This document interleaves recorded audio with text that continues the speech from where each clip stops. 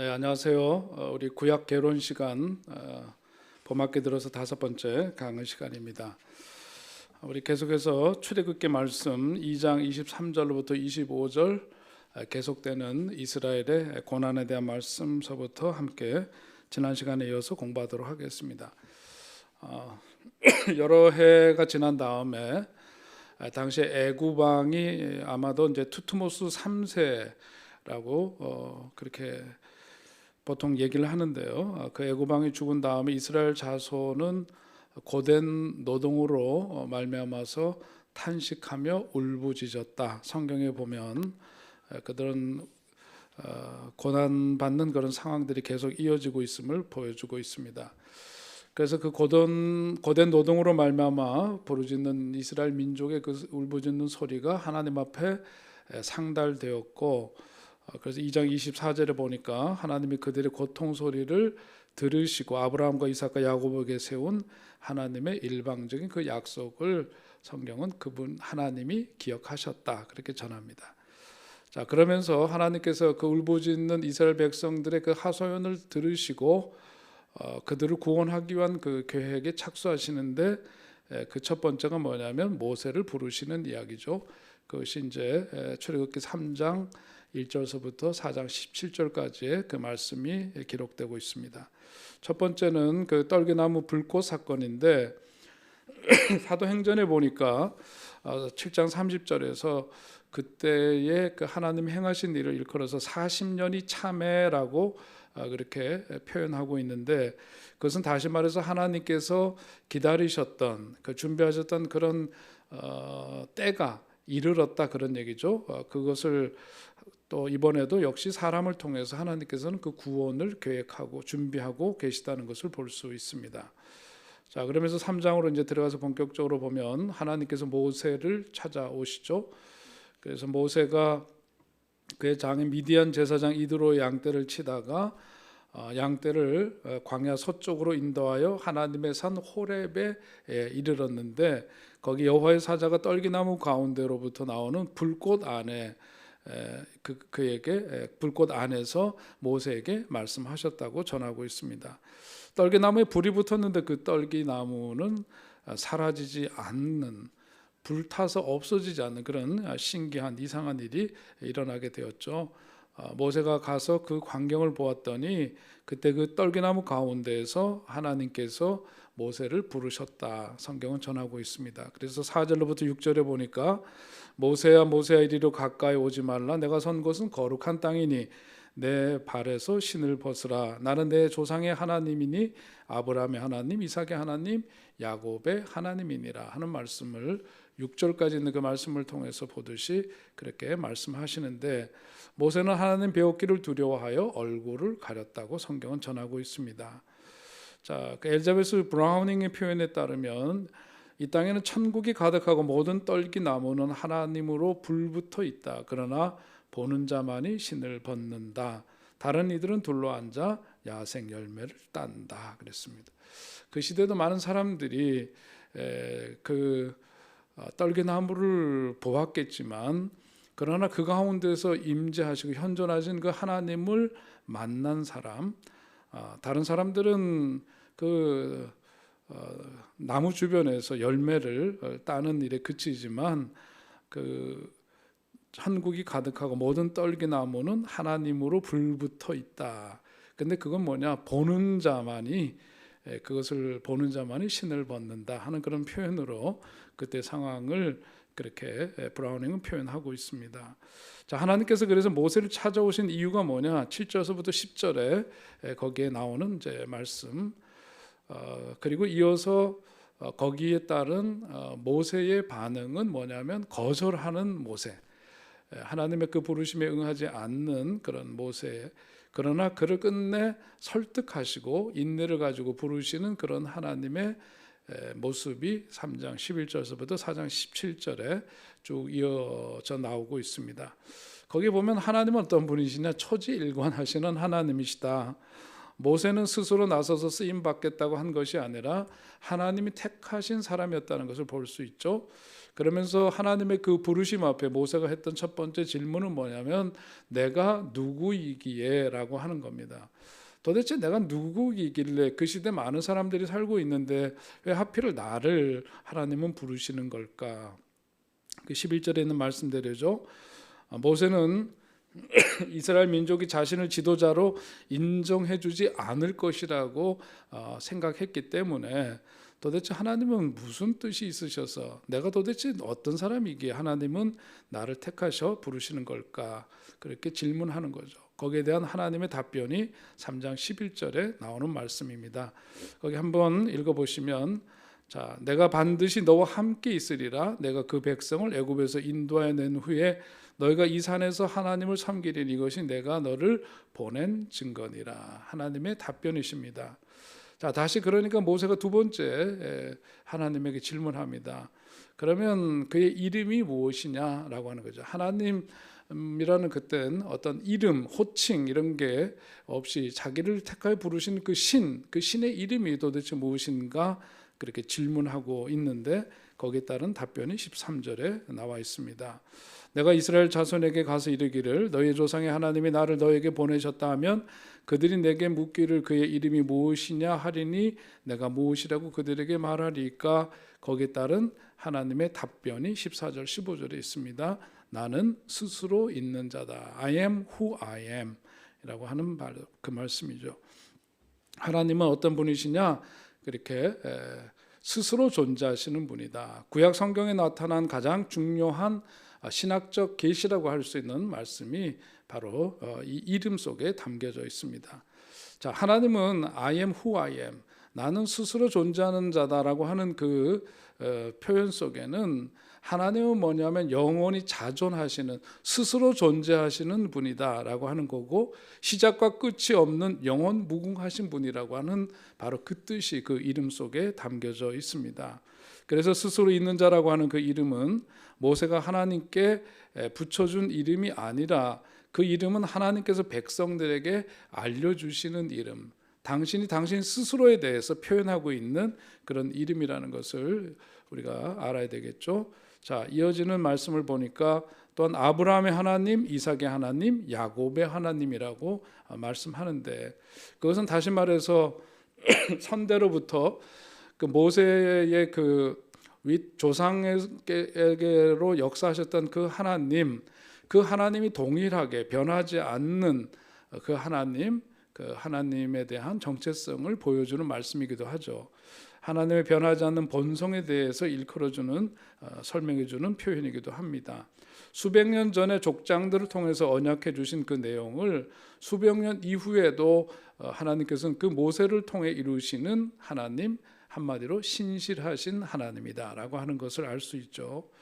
또 이 세상은 그야말로 변화무쌍하고 믿을 수 없지만은 변하지 않는 그 하나님 안에서 우리는 안정감과 안전을 얻을 수 있다는 사실을 하나님께서 당신 스스로를 그렇게 이름하여 부르시고 아브라함의 하나님, 이삭의 하나님, 야곱의 하나님이라는 그 표현을 통해서 우리에게 일깨워주고 있는 말씀입니다.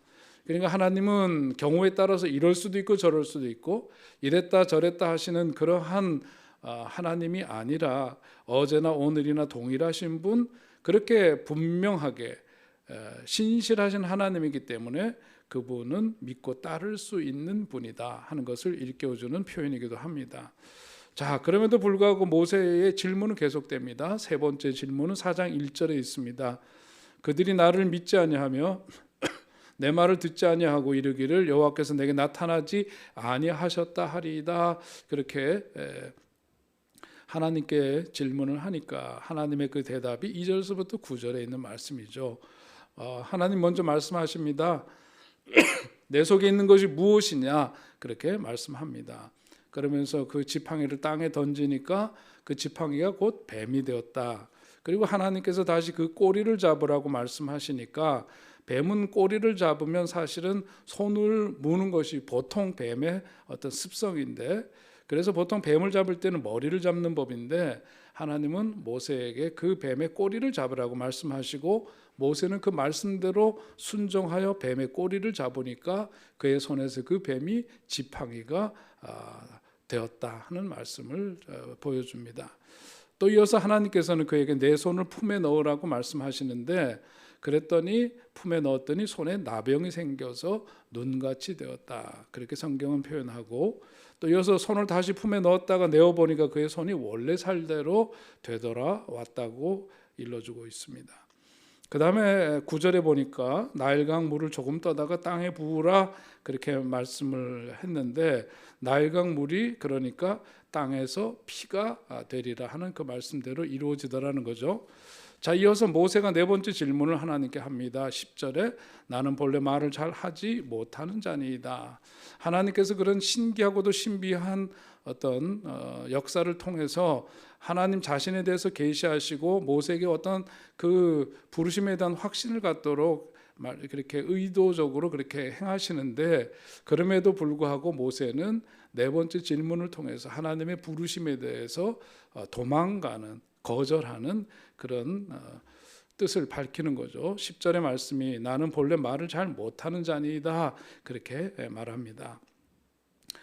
원래 말을 잘하지 못하는 자, 그래서 자기는 입이 뻣뻣하고 혀가 둔한 자라고 그렇게 표현을 하는데, 자 여기서 모세는 사명자로 부름받은 다음에 본래 말을 잘못하던 상태에서 혀가 풀려서 말 잘하는 상태가 된 것이 아니었다는 것을 우리가 알아야 됩니다. 여전히 그는 입이 뻣뻣하고 혀가 둔한 자였지만 그러나 하나님은 그런 육체의 한계에 갇혀 지내게 하지 않으신다는 사실을 모세를 통해서 보여주고 계시죠. 그래서 네 번째 대답은 4장 11절부터 12절의 말씀입니다. 거기 있는 말씀대로 누가 사람의 입을 지었느냐, 누가 말 못하는 자나 못 듣는 자나 눈 밝은 자나 맹인이 되게 하였느냐, 나 여호와가 아니냐. 이제 가라, 내가 내 입과 함께 있어서 할 말을 가르치리라. 그렇게 말씀을 하십니다. 그러니까 그 선지자, 다시 말해서 하나님의 대언자의 사역을 명확하게 보여주는 그런 말씀을 하시는 거죠. 하나님께서 그 부족함과 연약함을 아시기 때문에 거기서 해야 될 역할과 이런 것들을 다 하나님께서 채워주시리라고 하는 그런 약속의 말씀을 주십니다. 모세의 다섯 번째 질문이 이어집니다. 오 주여, 보낼 만한 자를 보내소서. 그러니까 이제는 더 이상 뭐라고 도망갈 이유를 찾지 못하니까 결국은 마지막에 오 주여, 보낼 만한 자를 보내달라 그러면서 그야말로 도망가는 듯한 그런 표현을 하게 되니까 하나님께서는 이제까지 참고 그의 질문에 대해서 아주 명확한 믿음을 갖도록 그렇게 답을 주셨지만 그럼에도 불구하고 여전히 꽁무니를 빼는 모세를 향해서 하나님께서는 노하셨다 하는 그런 표현이 적절할 겁니다. 14절서부터 16절에 있는 말씀이 바로 그것을 보여주고 있죠. 하나님께서는 형 아론 이야기를 하면서 너는 그에게 말하고 그의 입에 할 말을 주라. 내가 내 입과 그의 입에 함께 있어서 너희들이 행할 일을 가르치리라. 16절 말씀, 그가 너를 대신하여 백성에게 말할 것이니 그는 내 입을 대신할 것이요 너는 그에게 하나님같이 되리라. 하나님이 다 예비하시고 계획하셨다는 거고 그의 형 아론을 통해서 모세가 행해야 될 그런 역할들 가운데에서 말하는 부분이나 이런 부분들을 그를 통해서 사용하시겠다 하는 말씀을 그렇게 하시고 있습니다. 결국은 더 이상 도망갈 수가 없는 그런 상황까지 하나님께서는 끝까지 참고 견디시면서 성실하게 응해 주시고 확신 심어 주시니까 4장 18절부터 31절에 보면 그 부르심에 응답하는 모세의 이야기가 이어지고 있습니다. 모세가 하나님의 지팡이를 손에 잡았더라. 4장 20절 말씀이죠. 원래 그가 갖고 있었던 것은 불과 그냥 하나의 목자들이 보통 들고 다니는 지팡이에 불과했지만 그것이 하나님의 부르심에 응하고 하나님께 붙잡힌 바 되었을 때 그 지팡이는 보통 목자들이 갖고 있는 지팡이였지만은 하나님의 지팡이가 되었다 하는 말씀을 4장 20절에서 우리는 확인할 수 있습니다. 자, 그 다음에 모세는 아직 완전히 믿음을 갖지 못했고 하나님이 명시적으로 부르셨지만은 장인에게 이렇게 말을 합니다. 내가 애굽에 있는 내 형제들에게로 돌아가서 그들이 아직 살아있는지 알아보려 하오니 나로 가게 하소서. 이것은 하나님의 부르심에 응했던 그런 모든 과정 속에서 확신에 차서 자신이 해야 될 어떤 사명과 소명의식 속에서 하는 그런 답변이 아니라 뭔가 약간은 애매모호한 변명 같은 그런 말씀으로 자기 장인에게 자기가 이제 애굽으로 가야 함을 그렇게 표현하고 있습니다. 자, 그러면서 25절에 보니까 피남편에 대한 이야기 나오죠. 모세는 미디안에서 40년을 지내는 동안 아들에게 할례도 행하지 않을 만큼 기본적으로 신앙의 어떤 기본을 갖추지 못한 상태에 있었음을 보게 됩니다. 그래서 길을 가다가 숙소에 있을 때 여호와께서 그를 만나셔서 그를 죽이려고 하셨고, 그래서 십보라가 돌칼을 가져다가 그의 아들의 표피를 베어서 그의 발에 갖다 대며 이르기를 당신은 참으로 내게 피남편이로다 하니까 여호와께서 그를 놓아 주셨다고 성경은 전하면서, 십보라가 피남편이라고 하는 것은 바로 할례 때문이었음을 보여주고 있습니다. 자, 그 이후에 전개되는 이야기 이제 5장으로 넘어가면 5장에서부터 13장 16절까지는 바로 앞에 선 모세의 이야기를 우리에게 들려주고 있습니다. 5장 1절입니다. 거기에 보면 그 후에 모세와 아론이 바로에게 가서 이르되 이스라엘의 하나님 여호와께서 이렇게 말씀하시기를 내 백성을 보내라. 그러면 그들이 광야에서 내 앞에 절기를 지킬 것이니라 하셨나이다. 바로에게 가서 모세와 아론이 하나님께서 지시하신 대로 그 뜻을 그렇게 밝히고 있습니다. 자, 그때 나이를 보니까 모세는 80세였고 아론은 83세였음을 7장 7절에서 우리가 확인할 수 있는데, 그들이 바로에게 말할 때에 7장 7절에 있는 대로 그렇게 나이가 성경에 기록되어 있고, 그 당시는 아마도 역사적으로 보자면 애굽 왕 중에 아멘호텝 2세가 다스리던 그런 때였을 거라고 우리가 알 수 있습니다. 그리고 5장 2절서부터 23절에 이어지는 말씀을 보니까 그렇게 그 울부짖음, 너무나 고통과 사는 것이 힘들어서 울부짖는 이스라엘 백성들을 위해서 구원하기 위한 하나님의 계획이 모세를 부르셔서 그렇게 준비되고 있는 가운데 이스라엘 백성들의 생활은 더욱더 고달파지고 있었다는 것을 보여주죠. 바로는 모세와 아론이 그 하나님의 말씀을 전하면서 그들로 하여금 절기를 지키도록 했다는 말씀을 하니까 여호와를 모른다고 그렇게 말합니다. 결국 하나님께서 약 9개월간 10가지 재앙을 통해서 우리 하나님이 어떤 분이신지를 바로에게 실제로 보여주시죠. 그것을 알려주시는데, 자, 그러면서 히브리인의 하나님이 우리에게 나타나셨은즉 우리가 광야로 사흘 길쯤 가서 우리 하나님 여호와께 제사를 드리려 하오니 가도록 허락하소서. 여호와께서 전염병이나 칼로 우리를 치실까 두려워하나이다. 자, 그렇게 말씀을 전하는데, 이제부터 모세와 아론은 하나님을 대신해서 바로와 피말리는 일종의 영적 전쟁을 이제 벌이게 됩니다. 바로는 모세와 아론이 어떻게 해서 백성들의 노역을 쉬게 하려느냐, 가서 너희의 노역이나 하라고 거절을 하죠. 그리고 백성의 감독들과 기록원들에게 더욱더 무거운 노역을 그들에게 가하도록 그렇게 명령을 합니다.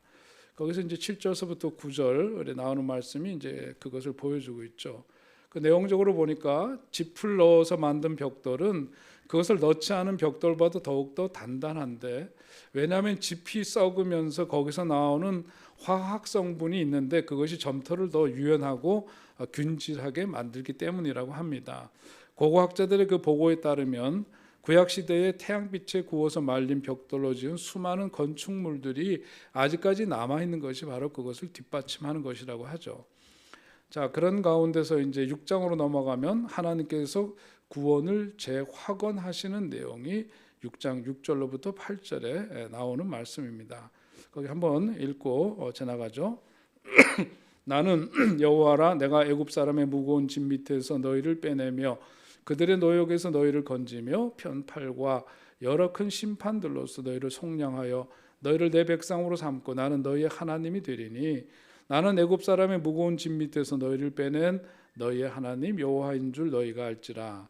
내가 아브라함과 이삭과 야곱에게 주기로 맹세한 땅으로 너희를 인도하고 그 땅을 너희에게 주어 기업을 삼게 하리라. 나는 여호와라. 그렇게 말씀하십니다.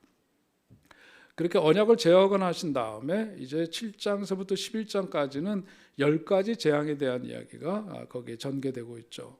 7장 먼저 1절서부터 7절에 보니까 모세를 바로에게 신같이 되게 하신 내용. 그래서 1절에 보니까 여호와께서 모세에게 이르시되 볼지어다 내가 너를 바로에게 신같이 되게 하였은즉 내 형 아론은 내 대언자가 되리니, 앞에서 말 못하는 자라고 그렇게 입술이 뻣뻣한 사람이라고 그렇게 고하면서 그 부르심에 응하지 않으려고 했던 그 모세에게 하셨던 그 약속의 말씀대로 하나님께서는 아론을 쓰셔서 하나님의 그 말씀을 그에게 부어주시고 그로 하여금 대언케 하셨습니다. 자, 모세는 성경에서 그런 점에서 보면 기적을 일으킨 최초의 인물이 되는데 이제 10가지 재앙 이야기가 전개되면서 그것을 보여주고 있습니다. 성경 말씀을 보니까 하나님께서 바로의 마음을 완악하게 하셨다 그랬어요. 그것은 하나님이 일부러 바로가 모세의 말이나 하나님의 뜻을 거역하도록 만드셨다는 그런 의미라기보다는 오히려 그 말은 바로 자신이 이미 마음속에 품고 있던 생각을 하나님이 확인하셨다라고 하는 의미로 받아들이는 것이 더 타당한 이해입니다. 그래서 하나님이 바로의 마음을 강팍케 하셨다고 말하는 그 본문, 거기 보면은 7장 3절, 9장 12절, 10장 20절이 나오는데 그런 본문마다 바로의 마음이 원래 완강하였다, 우리는 이제 그렇게 이해를 하고 그 말씀을 받아들여야 되겠죠. 그렇게 해서 말씀을 대하시면서 10가지 재앙이 이제 전개되는 내용들을 보게 됩니다. 이 10가지 재앙은 애굽의 거짓 신들에 대한 하나님의 공개적인 어떤 싸움, 영적인 전투 행위였다라고 볼 수가 있죠. 그래서 12장 12절에 있는 표현을 보면은 애굽의 모든 신을 내가 심판하리라, 하나님께서 그렇게 친히 말씀하셨습니다. 거짓된 신에 대해서 하나님께서 일종의 전투를 벌이신다. 그것도 대놓고 드러내서 하는 그런 공개적인 행위였다는 것이죠. 자, 거기 이제 10가지 재앙에 나오는 대로 애굽에서는 어떤 그 뱀, 에드조 혹은 텔무시스라고 하는데요. 심지어는 어떤 쇳동구리 모양을 한 우상까지 그들에게 있어서는 그야말로 경배의 대상이 되곤 했습니다. 자, 그런데 왜 이렇게 10가지 재앙이 필요했을까 생각해 보면 애굽에서 수세기를 살았던 이스라엘 사람들이 무리를 지어 급하게 떠나게 하기 위해서는 그럴 수밖에 없는 어떤 그 타당한 뭐가 해야 돼? 동기 유발이 그들에게 필요했다는 거죠. 그리고 애굽인들 역시 수많은 노예들을 자유롭게 가도록 호락호락 내버려 두지는 않을 것이 분명했기 때문에, 그렇게 했기 때문에 10가지나 되는 그런 재앙을 단계적으로 그렇게 전개함으로써 결국은 그 모든 것들이 이루어질 수밖에 없는 상황으로 만드셨다, 그렇게 볼 수 있습니다.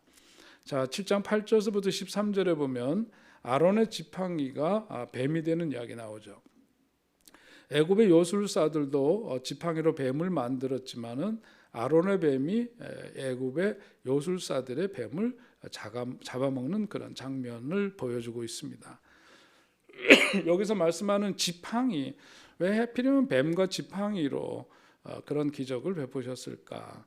지팡이가 갖고 있는 상징적인 의미는 뭐냐면 왕의 권위를 상징하는 것이기 때문에 그렇죠.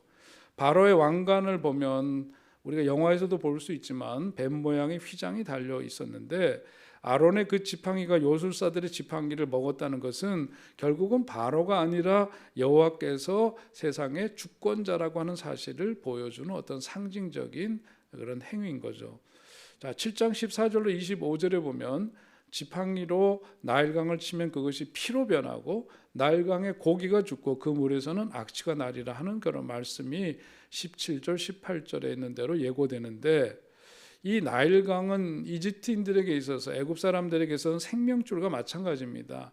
그래서 그 강이 흐르기 때문에 그 옆에서 농업과 또 이런 그 생산물들을 만들어내는 그런 가장 중요한 근원이 되었죠. 그 궁극적인 생존은 그 나일강이 6,611km에 달하는 그런 긴 강이면서 거기에 때를 따라서 비옥한 흙을 계속해서 퇴적시켜주는 그런 일들이 일어나게 돼. 그게 바로 이제 홍수에 의해서 그런 일들이 이루어지면서 비옥한 땅이 되었고 농사짓고 거기서 많은 소출을 거둘 수 있는 그런 환경이 조성되었던 겁니다. 자, 여호와의 그 통치권이 창조물, 다시 말해서 애굽 사람들이 믿었던 강의 신에게까지 끼친다는 것을 보여주는 그런 기적이 바로 나일강물이 바로 피로 변했다가 다시금 그 피로 인해서 나일강가에 고기가 죽고 그 물에서는 악취가 나고 생명의 강이고 그들에게 숭배했던 그 강이 그렇게 무력화되고 생명이 아닌 죽음으로 변화되는 그 일로 그들에게 경고의 메시지를 보여주고 있는 것이죠. 그럴 때는 애굽의 요술사들도 그것을 흉내내었다고 성경은 전하고 있습니다. 그 다음 이제 재앙은 뭐냐면 개구리 재앙이죠. 8장 3절로부터 4절에 있는 그 말씀대로 거기 이제 개구리 재앙이 일어나는데 애굽의 풍요를 가져다 주어야 될 그 나일강 그리고 해산을 도와준다고 생각했던 그게 바로 개구리 여신입니다. 헤케트라고 한 그런 개구리 여신이 있는데 오히려 그들에게 있어서는 풍요와 해산의 상징인 그런 강과 개구리가 애굽 사람들을 괴롭히고 생명이 아닌 죽음으로 내모는 그런 것으로 변화되는 역사, 그런 것을 이제 그 재앙을 통해서 하나님의 그 권세와 하나님의 주권적인 역사, 섭리를 보여주는데 애굽 요술사들도 그것을 따라하기는 했다. 그런데 개구리들을 그들이 없애지는 못했다고 성경은 전하고 있습니다. 자, 그 다음에 이제 그것 따른 이제 말씀들이 쭉 8장 15절까지 나오죠. 그 다음에 이제 이 재앙입니다. 8장 16절부터 19절에 보니까 모세에게 이르되 아론에게 명령하기를 내 지팡이를 들어 땅에 티끌을 치라 하라. 그것이 애굽 온 땅에서 이가 되리라 그랬습니다. 애굽 온 땅에 티끌이 다 이가 되어서 사람과 가축에게 올랐고 애굽의 요술사들이 이것을 흉내내지는 못했다는 겁니다. 요술사가 바로에게 말하기를 이는 하나님의 권능이니이다. 자신들이 이거는 흉내낼 수 없고 따라할 수 없는 일이라는 것을 바로에게 고하는 장면이 나오죠. 이 재앙에 의해서 그 다음에 이제 등장하는 재앙이 바로 파리 재앙입니다. 8장 20절부터 32절의 말씀이죠. 내가 만일 내 백성을 보내지 아니하면 내가 너와 내 신하와 내 백성과 내 집들에 파리떼를 보내리니 애굽 사람의 집집에 파리떼가 가득할 것이요 그들이 사는 땅에도 그러하리라 하는 그 말씀이 이루어집니다. 자, 8장 22절에 있는 대로 고센 땅을 구별해서 하나님이 모든 그 피조물의 주인이심을 증명해 주시는 사건이죠. 거기 22절에 보니까 내 백성이 거주하는 고센 땅을 구별하여 그곳에는 파리가 없게 하리니 그랬습니다. 그래서 그 땅에서 이 파리 재앙이 이집트인들에게와 또 그 이스라엘 사람들에게는 그것이 구별되어서 그 재앙이 나타나게 되는 것을 보면서 결국은 이런 모든 일을 행하시는 분은 하나님이심을 드러내시겠다 하는 그런 말씀이죠. 자, 거기에 대한 이제 모세가 답하고 그 다음에 또 바로가 답하는 그런 말씀들이 8장 28절까지 이어지게 되죠. 그 다음에 이제 가축의 그 돌림병이 9장 1절부터 7절까지 나오는 재앙입니다. 거기에 나와 있는 대로 여호와의 손이 들에 있는 내 가축과 곧 말과 나귀와 낙타와 소와 양에게 더하리니 심한 돌림병이 있을 것이다. 그래서 그 돌림병이 있게 되는데 그 이집트에서는 사랑의 여신이 하토르라고 하는 암소 모양을 하고 있는 그런 우상, 그런 신입니다. 신성한 아피스는 너무나 공경을 받아서 죽을 때는 방부 처리가 된 채 공동묘지에 석관과 함께 묻힐 정도로 이집트인들을 숭배하는 그러한 우상이었습니다. 자, 여기에서 이제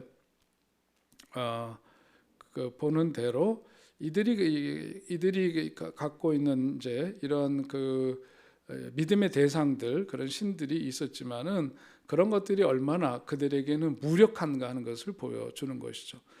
9장 8절로 12절에 보니까 악성 종기 재앙이 그 다음에 이어지고 있음을 보여줍니다. 애굽 사람들의 신체를 직접 공격하는 첫 번째 재앙 사건이 바로 이제 악성 종기입니다. 그동안에는 앞에서 본 대로 다 어떤 환경적인 외적인 어떤 그런 재앙으로 나타났는데, 이제는 그 이집트 사람들, 애굽 사람들의 신체를 직접적으로 공격하는 그런 재앙, 악성 종기가 이제 그다음 재앙으로 등장하고, 그다음 재앙은 바로 이제 우박 재앙입니다. 9장 13절부터 35절 말씀에 보는 대로 거기에 이제 내일 이맘때면 내가 무거운 우박을 내리니 애굽 나라가 세워진 그날로부터 지금까지 그와 같은 일이 없었더라. 생전 보도 못한, 경험해 보지 못했던 그런 우박 재앙이 그들에게 임하게 됩니다. 그래서 9장 25절 26절에 있는 말씀을 보면은 거기 우박이 애굽 온 땅에서 사람이며 짐승이며 또 밭에 있는 그런 식물이며 그 모든 것들을 다 그야말로 쳐서 그것으로 인해서 엄청난 이제 재앙이 거기에 발생했는데, 고센 땅에, 다시 말해서 이스라엘 백성들이 살고 있는 그 고센 땅에서는 그 우박이 없었다, 그렇게 전하고 있습니다. 거기서 보면 9장 31절 32절에서 그때에 보리는 이삭이 나왔고 심은 꽃이 피었으므로 삼과 보리가 상하였지만 밀과 쌀보리는 자라지 아니한 고로 상하지 아니하였더라 하는 그 말씀을 통해서 시기적으로 보니까 언제인지를 가늠할 수 있는데, 대략 이스라엘의 그 절기로 보자면 1월서부터 2월경 그런 일이 실제로 일어났다는 것을 성경은 보여주고 있습니다. 그 다음에 이제 10장에 가면 그 다음에 이어지는 재앙이 뭐냐면 메뚜기 재앙이죠. 4절서부터 6절에 있는 그 말씀에 나와 있는 대로 이제 메뚜기가 그들에게 임함으로 엄청난 이제 재앙이 발생하게 되는데, 자, 메뚜기가 왜 재앙이냐면, 메뚜기는 줄기로 뛰면서 거기에 나 있는 잎과 꽃을 그야말로 소리 없이 다 갉아먹고 그리고 그 몰려다니죠. 수백만 마리가 한꺼번에 모여서 이루는 그 메뚜기 떼는 그야말로 햇빛을 차단할 정도로 어마어마하게 그 수가 많다는 겁니다. 그리고 그것을 이제 방지하기 위해서 살충제를 뿌리면은 그게 수백만 마리를 죽일 수 있을지는 모르겠지만은 이동하는 메뚜기 떼를 방지하기에는 그것은 사람의 힘으로는 너무나 역부족일 수밖에 없는 그런 재앙이었다는 거죠. 그 한 번은 그 폭이 24km, 또 그 두께가 5km, 길이가 160km에 달하는 메뚜기 떼가 홍해를 가로지른 적도 있다고 하니까, 이것은 뭐 그 시대로 보자면 지금도 현대 과학의 힘으로도 이것을 어떻게 처리하기가 어려운데, 그 시대에 이러한 재앙은 그들에게 있어서는 정말 뭐 어떻게 할 수 없는 엄청난 재앙이었다는 것을 알 수 있죠. 그 메뚜기는 그냥 그렇게 몰려다니는 것으로 끝나는 게 아니라 작물이든 가축이든 울타리, 심지어는 연장의 손잡이까지도 먹어치웠다 그러죠. 5,000제곱킬로미터에 달하는 지역을 완전히 유린하였다고 그렇게 성서학자들은 이야기를 합니다. 또 한편으로 그 메뚜기는 보니까 2월이나 3월에 이동하기 시작하는데 날마다 자기 몸무게만큼의 먹이를 먹어치우는 그런 습성을 갖고 있기 때문에 메뚜기 떼가 1024제곱킬로미터에 달하는 면적을 뒤덮을 수 있었고, 그러니까 2.6제곱킬로미터에 1억 마리 이상의 메뚜기가 들어찰 수 있었다고 하니까, 뭐 이런 걸 우리가 정말 상상하기조차 어렵지만 그런 것이 그때 당시에 10가지 재앙 가운데 하나로 이집트에 임했던 재앙이었다고 전하고 있습니다. 자, 애굽 사람들은 자신들의 보호의 신 셋이라고 있는데, SETH, 그래서 셋이라고 하는 그 메뚜기들을 물리쳐 준다고 자신들의 보호하는 신이 그럴 수 있다고 믿었지만, 여호와께서 내리신 메뚜기 재앙을 그들이 믿는 신이 해결할 수는 없었다. 그리고 바로는 장정들만 그 결과 제사 드리도록 모세에게 허락을 하는 이야기가 10장 11절에 나오고 있습니다. 그리고 모세가 13절에 10장 13절에 보니까 모세가 애굽 땅 위에 그 지팡이를 들매 여호와께서 동풍을 일으켜 온 낮과 온 밤에 불게 하시니 아침이 되매 동풍이 메뚜기를 불러들인지라. 그리고 19절에 보니까 여호와께서 돌이켜 강렬한 서풍을 불게 하사 메뚜기를 홍해에 몰아넣으시니 애굽 온 땅에 메뚜기가 하나도 남지 아니하니라. 그러니까 바로에게서부터 이제 부분적이긴 하지만 장정들만 나가서 제사 드리도록 하는 그런 부분적인 수용의 그런 답이 돌아오니까 메뚜기 재앙을 거두신 이야기가 그 다음에 나오는 거죠. 자, 그런데 이제 10장 21절로 29절에 가면 흑암의 재앙이 또 임하게 됩니다. 모세가 하늘을 향해서 내 손을 내밀자 애굽 땅 위에 더듬을 만한 흑암이 3일 동안 있었다고 전하고 있는데, 그것은 뭐냐면 이집트 사람들에게 있어서 민족신이 뭐냐면 바로의 신적인 아버지가 태양신입니다. 아몬레라고 하는 그 태양신인데, 그 태양신 아몬레가 공격받는 것을 의미하죠. 그래서 그 태양신, 그들이 믿는 그 태양신을 무력화시키니까 결국은 흑암이 임할 수밖에 없었다는 거예요. 그런데 10장 23절에 보니까 온 이스라엘 자손들이 거주하는 곳에는 거기만 빛이 있었다고 전하고 있고, 바로가 양과 소는 머물게 하고 자녀들은 데리고 가도록 그 다음에 또 그런 허락을 했다는 기록이 10장 24절에 나오고 있습니다. 자, 그 다음에 이제 마지막으로 재앙은 뭐냐면 장자의 죽음이죠. 자, 11장에 나오는 말씀입니다. 결국은 이제 이 장자의 죽음 재앙, 바로 이것이 바로가 하나님의 첫 아들인 이스라엘 백성들이 애굽에서 떠나는 것을 막으려고 했기 때문에 애굽의 장남들이 희생 제물의 피로 보호받지 않는 한 목숨을 잃어야 한다는 사실을 분명히 보여주는 그런 사건이 바로 이제 장자의 죽음 재앙입니다. 자, 거기에 보면 초태생의 죽음에도 하나님의 자비가 숨어 있는데, 이것은 뭐냐면 바로는 이스라엘의 모든 남자아이들을 죽였지만은 하나님은 애굽의 각 가정에서 처음 난 것만이 같은 운명을 겪도록 하셨다고 그렇게 이해를 할 수 있죠. 자, 11장 4절로부터 7절에 있는 말씀, 성경 본문에 있는 말씀에 그런 내용들을 우리가 확인할 수가 있습니다. 자, 11장 8절에 보면 왕이 모세와 아론을 불러 나가라고 하는 것이 아니라 왕의 모든 신하가 모세와 아론에게 찾아와 절하면서 절하며 말해야 나갈 것이라고 그렇게 말하는 장면이 거기에 나오고 있습니다. 11장 8절이죠. 왕의 이 모든 신하가 내게 내려와 내게 절하며 이르기를 너와 너를 따르는 온 백성은 나가라 한 후에야 내가 나가리라, 그렇게 말합니다. 그래서 6월절 사건이 이제 일어나게 되는 게 12장서부터 13장 16절에 나오는 말씀입니다. 6월절이라고 했을 때 6월 했는데, 거기에서 유는 뭐냐면 넘을 유자고 월은 넘을 월자입니다.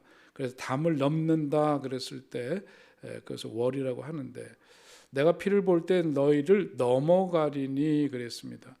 죽음이 임할 수밖에 없는데 그 피를 볼 때에 그 죽음을 넘어서 넘어가겠다. 그래서 죽음의 역사가 임하지 않도록 하시겠다는 바로 그런 의미에서 6월절이죠.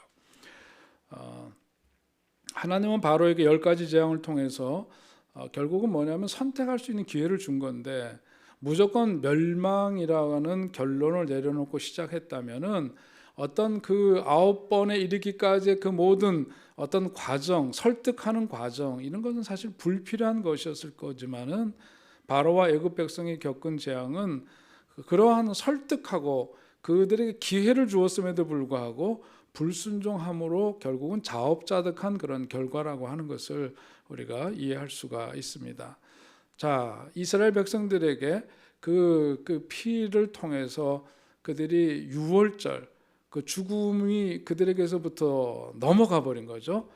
그러면서 그렇게 생명이 죽음의 역사가 피해가고, 그래서 그들이 살던 고통의 땅에서부터 벗어나서 담을 넘듯이 그것을 그 땅에서부터 벗어나게 된 그 일, 그날, 그것을 유월절이라고 하는데, 그것은 다시 말해서 이스라엘의 독립기념일과 같은 의미를 갖고 있다.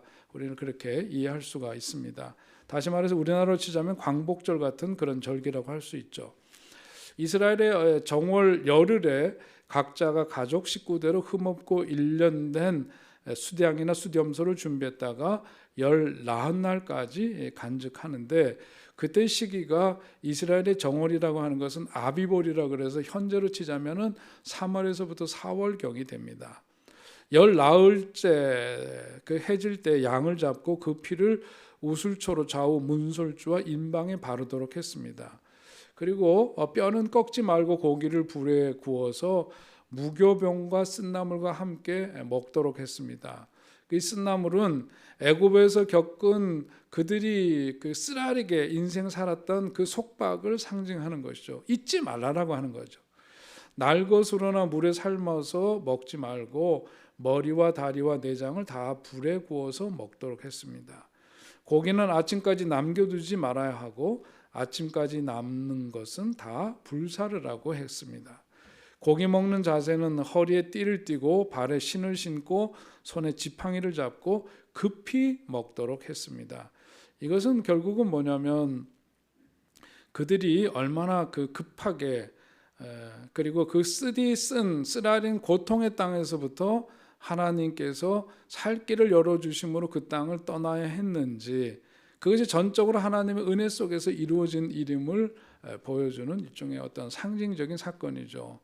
자, 그러면서 이런 일들에 대해서 12장 26절로 27절에 보면은 그때 그들이 그 유월절을 경험했던 일들을 뭐냐면 자손들이 꼭 기억하도록 그렇게 하는 내용이 거기 나옵니다. 12장 26절 27절 말씀을 읽어봅니다. 이후에 너희의 자녀가 묻기를 이 예식이 무슨 뜻이냐 하거든 너희는 이르기를 이는 여호와의 유월절 제사라.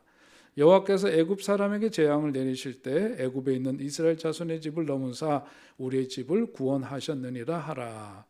그렇게 뭐냐면 이야기를 들려줌으로써 그때에 조상들이 종살이하고 노예살이 하다가 하나님의 전적인 은혜로 그 피를, 어린 양의 피를 문설주에 바르고 그래서 그 죽음이 임하는 것을 피해서 그 다음에 그것을 넘어서서 출애굽의 역사를 그들이 그 은혜를 힘입게 되었던 것을 기억토록 하는 거죠. 이 이야기, 다시 말해서 스토리텔링을 통한 그런 신앙 교육이 그들에게 있어서는 오늘날까지도 그 자신들의 조상들이 처음 일종의 그 독립기념일과 같은 그때의 그 역사를 대대손손 기억하도록 이야기로 기억시켜주고 있는 건데, 오늘날 보면 이런 스토리텔링을 통한 신앙교육이 무너지고 있다는 것은 참 안타까운 일이 아닐 수가 없습니다. 우리 신앙의 선조들과는 달리 이제는 자녀들과 부모의 삶의 터전이 각각 다른데, 삶의 터전이 같더라도 자녀들과 함께 보내는 시간이 너무나 적은 현실 속에 우리가 있고, 그래서 자녀들에게 하나님의 강한 손과 편팔로 구원해 주신 은혜를 나누고 교육할 기회가 사실은 너무나 없습니다. 그러므로 가정 예배라든지 가족이 함께 보내는 시간을 만들고 또 순간순간 신앙을 간증하고 순간순간 자녀들에게 일관된 신앙의 기준을 보여주는 것이 오늘 이스라엘 백성들이 그 옛날 유월절을 지금 수천 년이 지난 지금까지도 그들에게 스토리텔링을 하면서 기억시키고 그 하나님의 은혜를 잊지 않도록 하는 그런 신앙 교육의 본을 오늘 이 시대 우리도 그런 점을 본받고 행해야 되겠다 하는 그런 교훈을 주고 있습니다. 자, 12장 15절서부터 20절까지는 무교절에 대한 말씀이죠. 거기 보면 이래 동안 무교봉을 먹을지니 그 첫날에 누룩을 너희 집에서 제하라. 무릇 첫날부터 일곱째 날까지 유교병을 먹는 자는 이스라엘에서 끊어지리라. 엄격하게 이제 유월절을 보내면 유월절을 그들이 기억하고 다시금 구현하면서 그때에 무교병을 먹어라.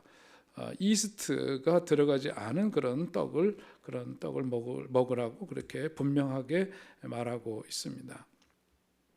이스라엘은 정월 엿나흘, 아까 앞에서 말씀드렸던 그 열나흔날 저녁부터 21일 저녁까지, 그러니까 무교병을 먹어야 했던 거죠. 구체적으로 따지면 그렇습니다.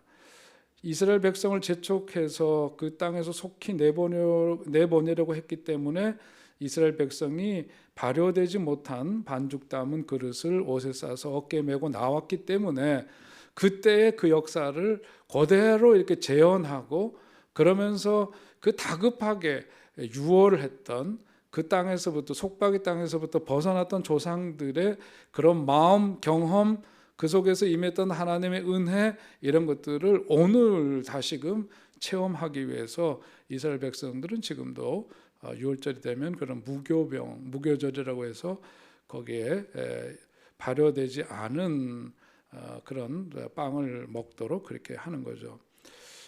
스토리텔링을 통한 그런 교육이라고 할 수 있는 것은, 이스라엘이 매년 한 주간씩 그 무교절을 지키면서 출애굽의 역사를 하나님께서 주셔서 그야말로 화급하게 나오면서 발효되지 못한 그런 반죽에 담은 그릇을 옷에 싸서 어깨에 메고 오면서 발효되지 않은 그 빵을 먹었던 그 일을 통해서 그때 역사를 기억하도록 하는 겁니다. 자, 그게 이제 39절에 나오는 말씀이죠. 자, 13장으로 넘어가면 거기서 초태생을 하나님께 구별해 드린 이야기가 나옵니다. 거기도 보면 그 일종의 스토리텔링을 통한 신앙 교육이라고 할 수 있는데요. 자녀들이 초태생을 구별해 드리는 이유를 물어올 때 어떻게 하느냐, 이렇게 대답하라 그러면서 14절에서부터 16절에 있는 그런 말씀을 통해서 그때 일을 기억시키도록 하고 있습니다. 결국 오늘 우리도 뭐냐면 이 개론 시간을 통해서 성경을 배우는 이유는 뭐예요? 우리가 성경 신앙을 갖고 해서는 우리 신앙의 기초가 되고 표본이 되는 것이 성경인데, 이 성경은 결국 하나님의 계시된 말씀이고, 그것을 우리가 이렇게 눈으로 어디서 찾아서만이 아니라 전체 하나님의 구속의 역사를 우리가 스토리텔링 하기 위해서 사실은 개론을 공부하는 거죠. 내가 믿는 그 하나님이 어떻게 이 구원의 역사를 이루어 가셨는가를 내 속에서 이렇게 한번 다 마음으로 또 눈으로 읽으면서 마음속에 다질 뿐만 아니라 누군가에게 하나님의 그 구원 역사를 특별히 자녀들에게 스토리텔링하는 그런 신앙교육의 필요성이 있기 때문에 우리 또 이런 개론 공부를 하는 것이라고도 할 수 있을 거예요. 그래서 오늘 이스라엘 백성들이 그때 출애굽의 역사를 오늘날까지도 그대로 재현하면서 그때의 그 은혜를 기억하듯이 우리도 그런 신앙교육에 필요하다 하는 것을 다시금 상기할 필요가 있습니다. 자, 그 다음에 이제 보면 그런 10가지 재앙을 넘고 6월절을 통해서 이제 광야로 들어서게 되는 이야기가 13장부터 18장에 나오고 있습니다. 그들이 이제 애굽에서부터 나와서 출애굽 이후에 가장 먼저 만나게 된 시험은 뭐냐면 바로 홍해 바다가 그들 앞에 놓여 있었다는 사실이죠.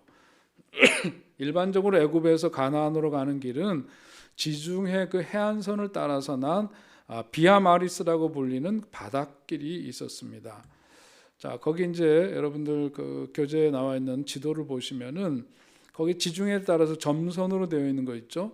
이스라엘 백성들이 살고 있었던 땅은 그 이집트 넓은 땅에서 고센 땅이라고 불리는 바로 그런 곳이었어요. 거기에서 모여서 400년이라는 세월 동안 이제 많은 장정들만 60만에 이르기까지 그렇게 번성을 했죠.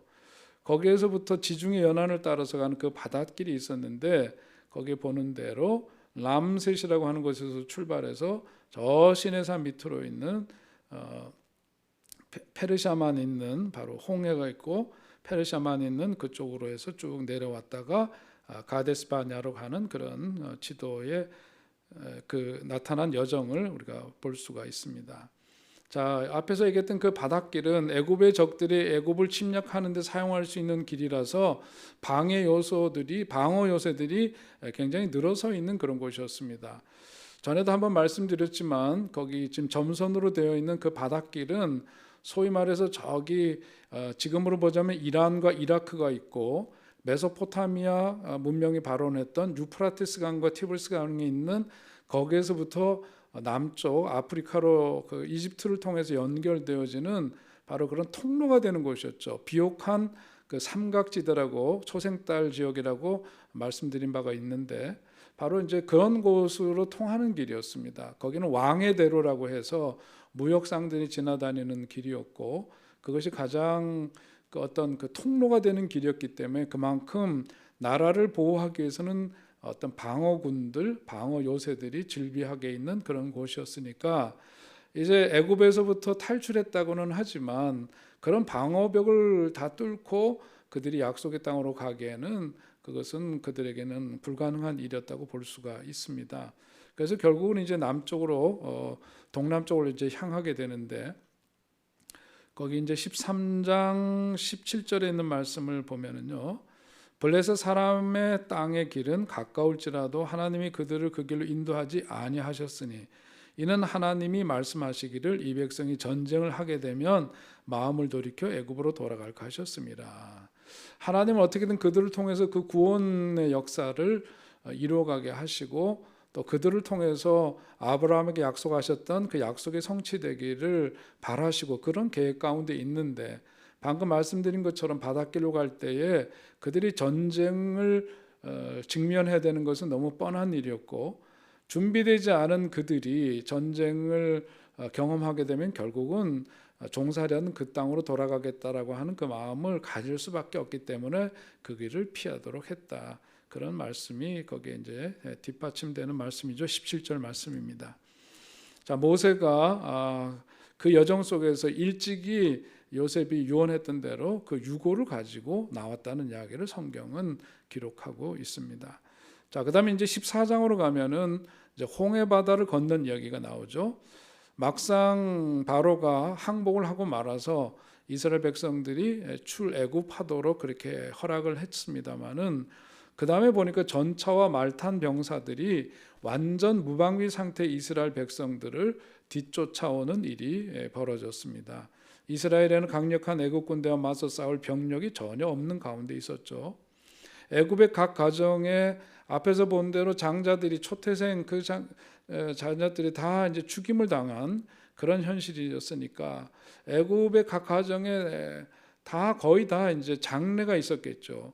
그러나 이러한 그 장례를 치러야만 되는 그런 상황 속에 놓여 있었지만은 자신들의 사회 구조로 보자면 밑에서 종으로 부려먹고 노예살이를 하던 그 많은 인력들이 대거 이제 그 애굽에서부터 탈출을 했다라고 하는 것 자체가 가만 생각해 보니까 그 노동력이 너무나 아깝고 아쉬웠기 때문에 바로가 다시금 마음을 돌이켜서 이스라엘 백성들을 추적하게 되었다는 것을 보여주는 이야기죠. 거기 보면 어떤 제국도 쓸만한 노예들을 순순히 풀어주지는 않을 것이다 하는 그런 말씀 그대로입니다. 자, 그런데 앞에서 보니까 이제 부푼 꿈을 안고 어려운 과정을 통해서 출애굽하기는 했는데 거기 앞에 홍해 바다가 가로막혀 있으니까 14장 11절로 12절에 있는 말씀에서 보듯이 이스라엘 백성들은 그 앞에 있는 장애물 홍해 바다를 보는 순간 애굽에 매장지가 없어서 당신이 우리를 이끌어내 이 광야에서 죽게 하느냐 그러면서 원망하기 시작합니다. 우리를 내버려 두라. 우리가 애굽 사람들을 섬길 것이라 하지 아니하더냐. 애굽 사람을 섬기는 것이 광야에서 죽는 것보다 낫겠노라.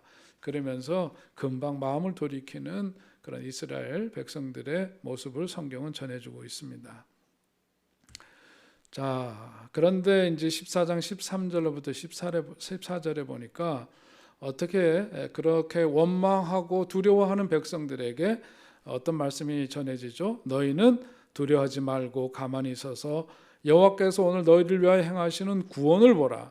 너희가 오늘 본 애굽 사람을 영원히 다시 보지 아니하리라. 여호와께서 너희를 위하여 싸우시리니 너희는 가만히 있을지니라. 모세가 그렇게 원망하고 두려움에 떨면서 모세에게 항의할 때에 그들에게 선포한 말씀입니다. 자, 하나님께서 모세에게 하신 명령이죠.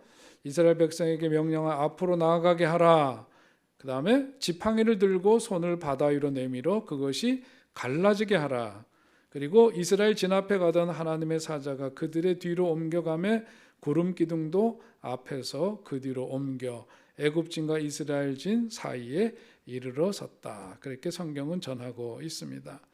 자, 우리는 그 홍해 바다라고 그렇게 표현을 하는데 또 어떤 성서학자들에 따르면 홍해는 일종의 이제 바다라고 표현했지만은 갈대 바다였다라고 이제 주장하는 이들도 있죠.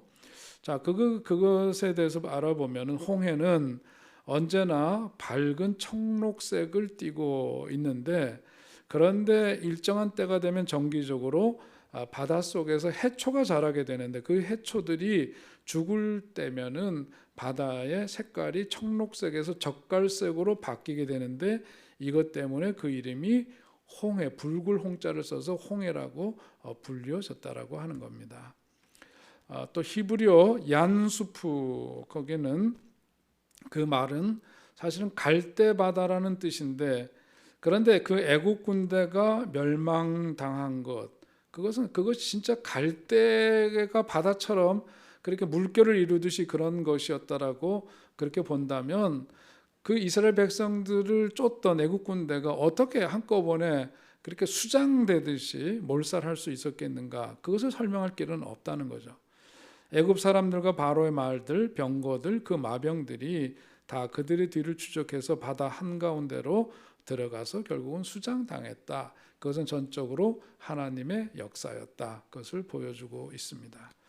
자, 그 다음에 14장 14절에 보니까 여호와께서 너희를 위하여 싸우시리니 너희는 가만히 있을지니라 그랬습니다.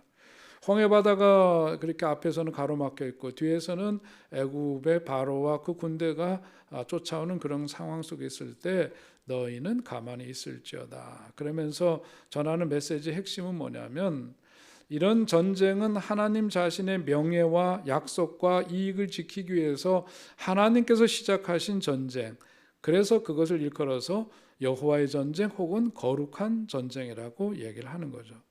그래서 이 전쟁은 이스라엘이 스스로 싸웠던 일반적인 전쟁, 평범한 전쟁들과는 구분되어야만 하는 전쟁, 그래서 여호와의 전쟁이라고 그렇게 일컫는 겁니다.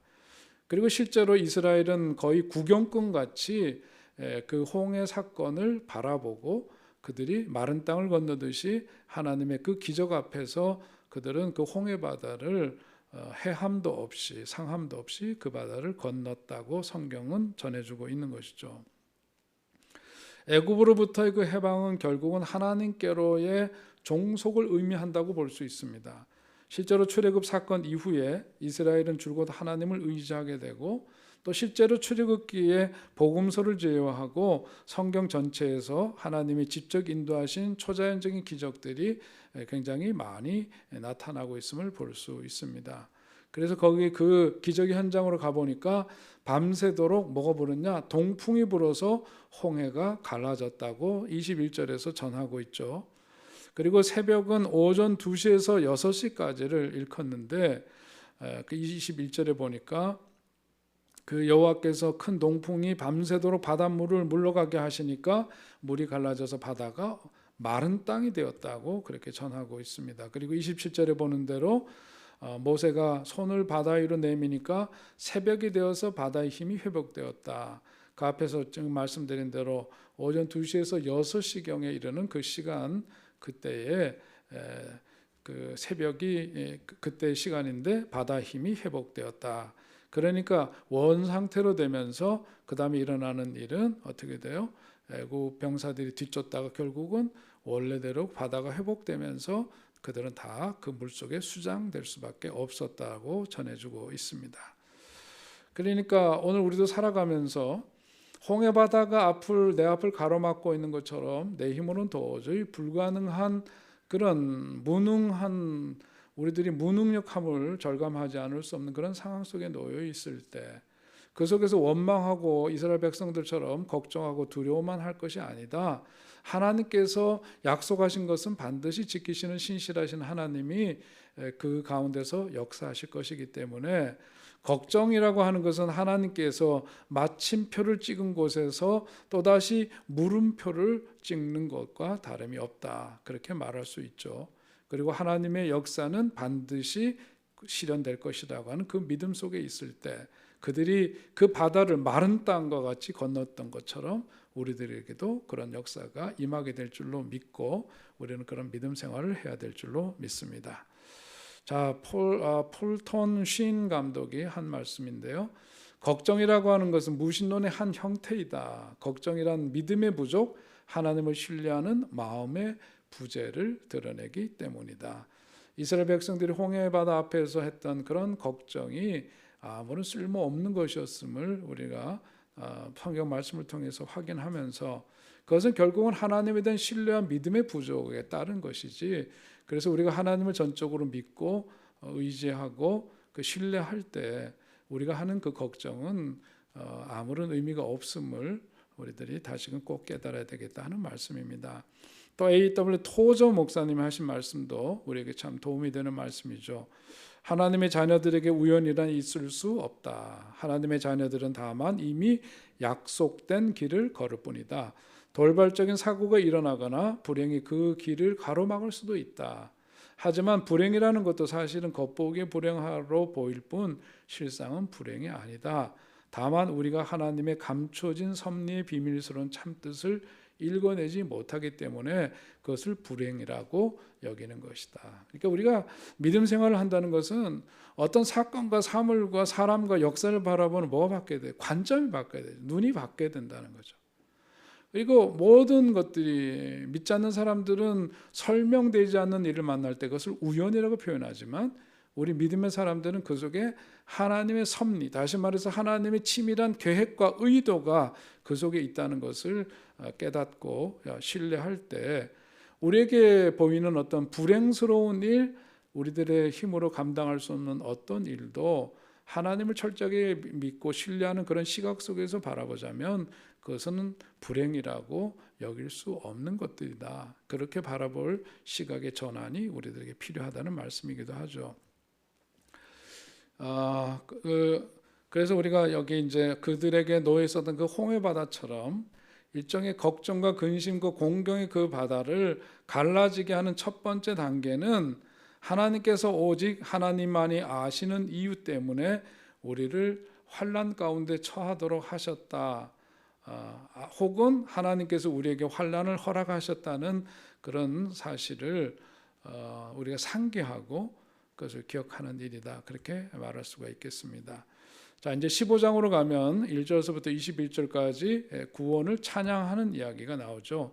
15장 22절에서부터 18장까지가 이제 광야에서의 생활을 우리에게 전해주고 있는데 이스라엘 백성들은 10가지 재앙과 유월절, 홍해의 기적을 통해서 하나님이 참 하나님이심을 인정했고, 그러나 참을성 없는 이스라엘 백성들은 반복해서 불평하고 자신의 욕망을 즉시로 해결해 달라고 요구를 합니다. 그러다가 난관에 부딪히면 하나님을 등지려고 하는 그런 못된 습성을 우리는 확인할 수가 있죠. 그래서 신앙인들의 기억력은 보통 보면 선택적이라고 말할 수 있습니다. 선택적이다. 하나님의 권능을 상기하다가도 두려움이 생기면 곧 새카맣게 그것을 잊어버리는 영적인 건망증을 갖고 있는 존재, 우리 인간, 우리 믿음의 사람들이 그렇다는 것이죠. 세상의 시련과 밀접한 관련이 있는 증상들인데 과거에 많은 그리스도인들이 그랬던 것처럼 영적인 건망증을 치료하기 위해서는 우리가 다시금 신앙의 원자리, 그 처음으로 돌아가서 하나님의 역사를 되짚어 볼 필요가 있다는 거예요. 그래서 이스라엘 백성들은 수천 년이 지난 지금까지도 유월절을 기억하고 그때 조상들이 행했던 그런 모습을 오늘에 구현하는 이유가 바로 거기에 있는 겁니다. 자, 우리가 그런 영적인 건망증을 갖지 않고 하나님을 끝까지 신뢰하는 그런 견고한 믿음을 갖기를 바라는 마음이죠. 자, 그 다음에 이제 마라와 엘림에서 일어났던 일들 15장 22절에서부터인데 오늘 시간이 되었으므로 다음 시간에 또 결론에 대한 말씀 이어서 진행하도록 하겠습니다. 오늘도 수고하셨습니다. 기도하겠습니다. 하나님 아버지, 은혜와 사랑을 감사합니다. 오늘은 특별히 또 이렇게 성금요일을 맞이해서 예수 그리스도의 우리를 위한 그 대속의 죽음을 마음 깊이 헤아리고 묵상하면서 주님의 은혜를 우리의 마음속에 깊이 새기는 귀한 날입니다. 오늘도 하나님께서 우리에게 주시는 말씀, 구약 계론서의 말씀을 함께 공부하면서 이스라엘 백성들이 종살이 하다가 그 땅에서 그저 그렇게 이름도 없이 먼지처럼 흩어지고 죽을 수밖에 없는 그런 인생들이었지만 하나님께서 약속하신 그 약속의 말씀대로 때가 참에 그들로 하여금 그런 종살이하던 땅에서부터 불러내시어 약속의 땅으로 하나님께서 친히 인도해 주신 그 유월절의 역사를 우리로 하여금 기억하게 하시니 감사합니다. 오늘 내 삶에 있어서도 과거의 옛사람으로 살아가던 그 삶에서 유월절의 역사가 있도록 인도해 주셔서 하나님 말씀 붙들고 새 사람 되어 주님의 거룩하신 부르심 앞에 순종하고 우리에게 주어진 그 믿음의 길을 의연하게 걸어갈 수 있는 우리들 되게 하여 주시옵소서. 때로는 주님의 부르심에 응한다 할지라도 모세와 같은 현실이 우리 앞에 놓여 있을 때도 있고 원치 않았던 여러 가지 일들을 만날 때에도 끝까지 하나님을 견고하게 신뢰하고 믿고 따르면서 하나님께서 장차 이루실 구원의 역사를 우리가 소망하면서 변함없는 믿음의 길을 걸어가는 우리들 되게 하여 주시옵소서. 결혼서 공부를 하는데 그저 머리에서 지식으로만 그치지 않게 하시고 이 성경의 이야기가 나의 삶의 이야기가 되게 하시고 다른 이에게도 함께 전하고 나누는 우리들 신앙 이야기로 아버지 하나님 나타날 수 있도록 인도하여 주시옵소서. 오늘도 귀한 만남 주시는 하나님께 감사드리고 우리 구주 예수 그리스도의 이름으로 감사하며 기도하옵나이다. 아멘. 감사합니다. 수고하셨습니다.